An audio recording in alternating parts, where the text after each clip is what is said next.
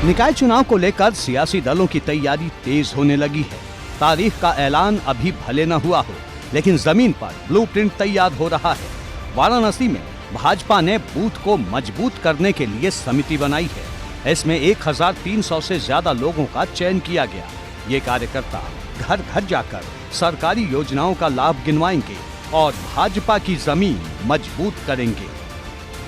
क्योंकि चुनाव का केंद्र बिंदु वार्ड होगा, हमने वार्ड समितियों का गठन किया है।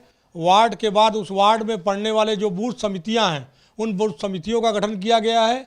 बूथ समिति के बाद जो हमारे उस बूथ में पड़ने वाले पन्ने हैं, उस एक बूथ में 20 से 22 पन्ना प्रमुख हमारे बनाए जा रहे हैं। क्योंकि नगर निकाय के चुनाव में 95 से 100 वोट एक पन्ने पे होता है, तो उसमें हमारे एक पन्ना का प्रमुख बनेगा और उसके 5 सहयोगी बनेंगे। इधर भाजपा कार्यकर्ता जमीन पर तैयारी तेज कर रहे हैं, तो पार्टी के प्रदेश अध्यक्ष ने फिर से सपा को घेरा है। भूपेंद्र चौधरी ने आरोप लगाया कि सपा ने ही चुनाव टलवाया और आरक्षण को लेकर बेवजह शोर मचाया।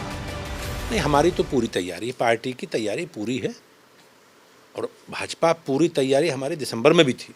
दिसंबर माह में हमने पूरी तैयारी कर ली थी, लेकिन समाजवादी पार्टी के लोग चुनाव में नहीं जाना चाहते।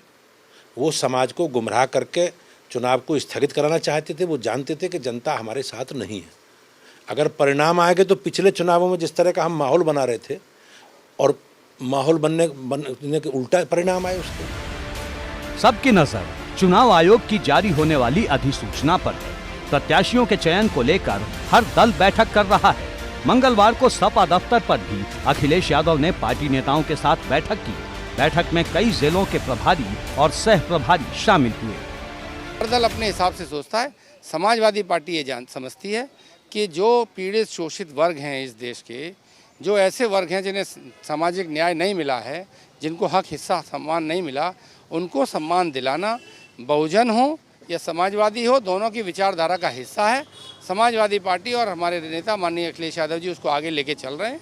जो लोग उसमें मदद करना चाहते हैं उनका स्वागत है। सिर्फ सपा ही नहीं, पश्चिमी यूपी में भाजपा का रास्ता रोकने के लिए रालोद भी बड़ी तैयारी के साथ निकाय चुनाव में उतरने वाली है। इसके लिए रालोद ने मंडल प्लान तैयार किया है। टिकट के हर दावेदार के साथ बातचीत और मुलाकात के साथ जीत का आंकड़ा बिठाया जा रहा है। साफ है कि सपा रालोद की कोशिश गठबंधन से मिली ताकत से निकाय चुनाव के नतीजों को बदलने की है। समाजवादी पार्टी, राष्ट्रीय लोकदल और आज़ाद समाज पार्टी तीनों का गठबंधन है और तीनों ये स्थानीय निकाय के चुनाव मिलकर लड़ेंगे। और आज एक महत्वपूर्ण बैठक जो राष्ट्रीय लोकदल की थी, केवल राष्ट्रीय लोकदल की, पूरे मंडल से जो प्रत्याशी हैं, जो नगर पालिका परिषद और नगर पंचायत और मेयर के प्रत्याशी हैं, जो चुनाव लड़ना चाहते हैं राष्ट्रीय लोकदल के चुनाव चिन्ह पे, उन लोगों के बायोडाटा लिए हैं और वो एक हमने उसकी समीक्षा की। हालांकि अभी ये तस्वीर साफ नहीं हुई है कि निकाय चुनाव में किस सीट पर सपा और किस सीट पर रालोद चुनाव लड़ेगी। लोगों की मजबूरी भी बहुत है क्योंकि बीजेपी से लोग सब परेशान हैं। मैं बैकवर्ड की बात करूंगा। जैसे गुजर को चौधरी साहब ने टिकट दिया खतौली का, गुजर के साथ जाट, मुस्लिम, अदर बैकवर्ड और सैनी सब मिल करके वो सीट निकली है। इसी प्रकार से नगर पंचायत, नगर पालिका में भी यही समीकरण बन करके और पश्चिम में बीजेपी को हराने का काम करेंगे। निकाय चुनाव की तैयारी में कांग्रेस भी किसी से पीछे नहीं। सहारनपुर में पार्टी के दफ्तर पर बैठक बुलाई गई। पार्टी के विधायक आराधना मिश्रा ने कहा, निकाय चुनाव सपा और भाजपा की तरह ही सिंबल पर लड़े जाएंगे। ये बता दूं, अभी की नहीं चुनाव, क्योंकि इसके पहले तारीखें आ चुकी थी जिसको बाद में कोर्ट में चैलेंज हो गया था। तो हमारी तैयारी तब से चल रही है। जो कैंडिडेट्स हैं उनके नाम आ चुके हैं, सूची बन गई है, स्क्रीनिंग होने जा रही है उनकी, और पूरी ताकत से हम इस चुनाव को पूरे उत्तर प्रदेश में लड़ेंगे। सिंबल पे कांग्रेस पार्टी लड़ेगी? अब लगभग जो हमारे मुख्य पद हैं उन पर हम सिंबल से लड़ेंगे, पर बाकी अभी निर्णय मेरे ख्याल से अगले 1-2 दिन में आ जाएगा इसमें।